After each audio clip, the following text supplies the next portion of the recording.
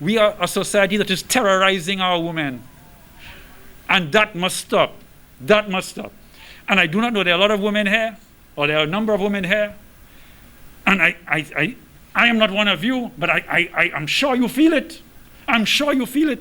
Former chair of Rise St. Lucia, Dr. Stephen King, is tackling the issue of gender-based and domestic violence. 2 women were killed in St. Lucia in the month of January 2021.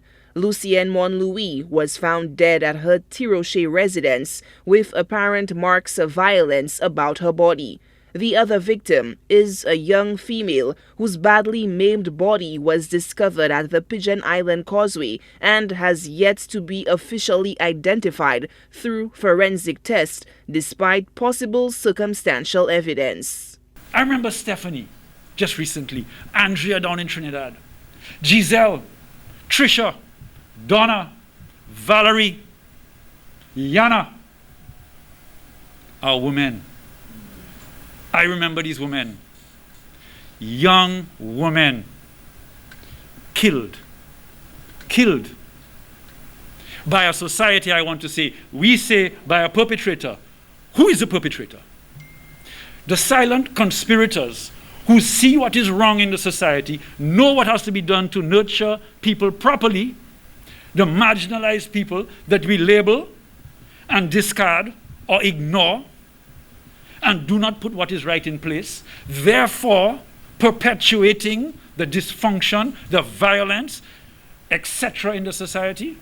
According to the Pan American Health Organization, PAHO, quote, in many countries affected by COVID-19, records from helplines, police forces, and other service providers indicates an increase in reported cases of domestic violence, in particular, child maltreatment and intimate partner violence against women, unquote. Now, when a young woman has to be told she can't dress like that, she cannot show her beauty, where she can be admired without being denigrated or fondled, assaulted. You understand? She cannot walk at night safely. She has to have pepper spray or a scissors or a knife.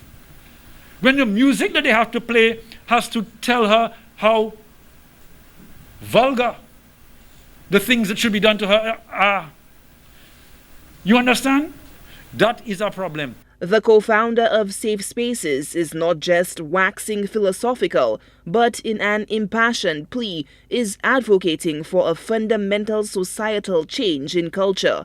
Dr. King has some answers on what St. Lucians can do to make certain the island is a safer place for all. If every single St. Lucian fixed every corner that they live in and made it safe, that's what Safe Spaces is all about.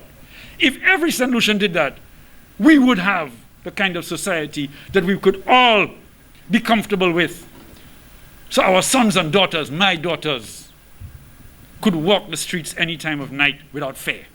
Children, women, and older people are at higher risk of domestic abuse, especially during this period of restricted movement.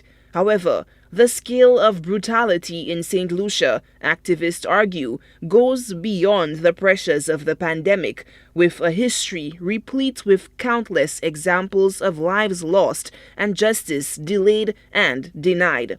Advocates continue to exhort public officials to strengthen institutions, rid the system of dysfunction, and work to ensure a legal and regulatory framework with proper oversight to better protect victims, preempt tragic endings, and land convictions in court.